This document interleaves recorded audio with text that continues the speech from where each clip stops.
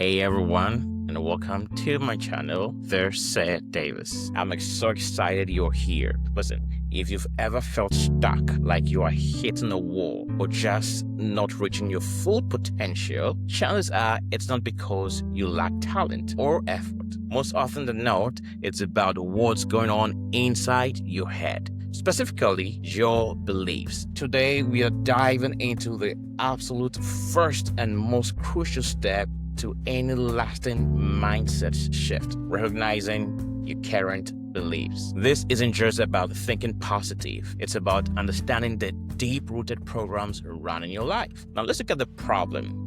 Why beliefs matter. Think of your beliefs like the operating system of your life. They dictate how you perceive the world, what opportunities you see or don't see, how you react to challenges, and ultimately what actions you take.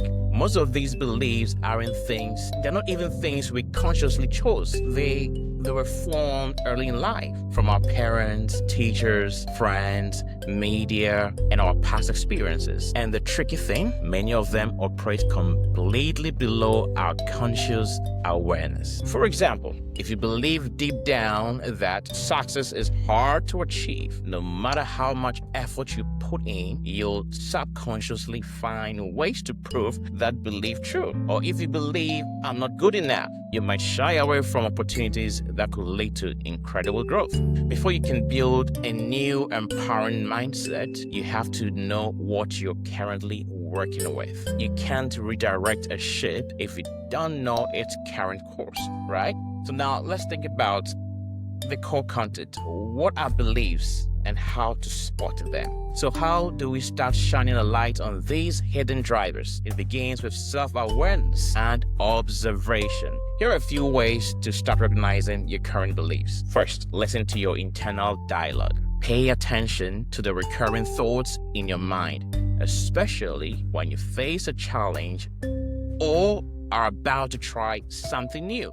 I'll give some example thoughts and how you can reroute these thoughts. Maybe you think to yourself, I always mess this up. This is too hard. I don't deserve that. People like me don't get opportunities like this. These thoughts are often direct reflections of underlying beliefs. Now observe your reactions. How do you react when you receive feedback, face a setback, or someone compliments you? For example, if you instantly deflect a compliment, you might hold the belief that you're not worthy of praise. If you immediately blame yourself for every setback, there might be a belief of inherent inadequacy. And the third thing you can do is journaling or thought dumping. Listen, set aside 5 to 10 minutes and just free write about something you're struggling with or a goal you have. Don't filter, just write.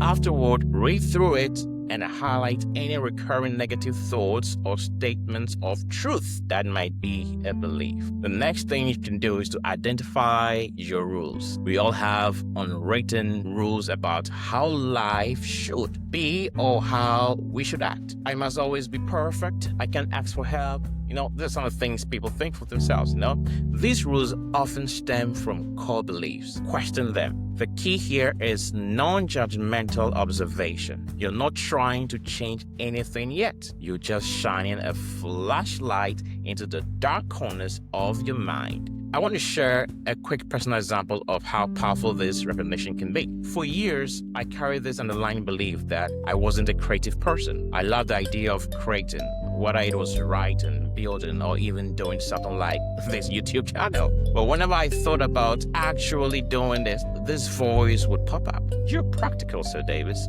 not creative. Stick to what you know. It stopped me from starting so many projects. I'd come up with ideas, get excited, and then that belief would silently kick in, leading to procrastination or abandoning the project entirely. I blamed it on being busy or not having enough time, but the truth was, it was that deep-seated belief. It wasn't until I truly recognized that belief, saw it for what it was, just a thought I'd adopted, not an absolute truth, that I could begin to challenge it. And once I did, Once I allowed myself to simply try without the pressure of being creative, that's when things started to shift. This channel, for instance, wouldn't exist if I hadn't challenged that belief. Now, the payoff and inspiration. This initial step, recognizing your beliefs, might seem simple, but it's profoundly powerful. It's like waking up and realizing you've been driving with your eyes closed. Once you see the landscape, you can consciously choose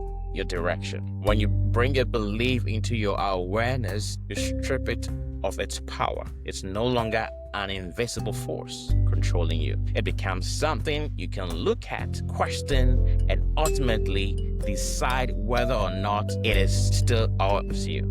This is where the real work of mind shifting begins. Identifying what's holding you back so you can replace it with thoughts and beliefs that truly empower you to create a life you desire. So, I want to hear from you as you start this journey of self-discovery. What's one limiting belief you've identified about yourself or the world? Share it in the comments below.